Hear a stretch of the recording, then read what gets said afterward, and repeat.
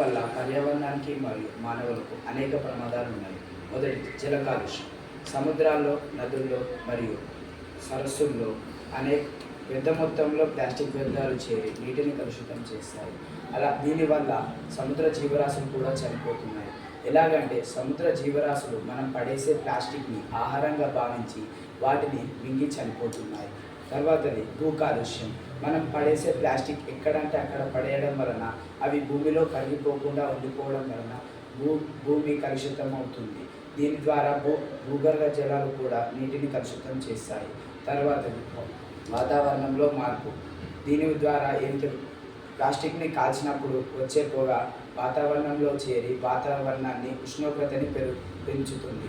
దీని ద్వారా మనకి ఆరోగ్య సమస్య, ప్లాస్టిక్ వల్ల ఆరోగ్య సమస్య కూడా వస్తుంది.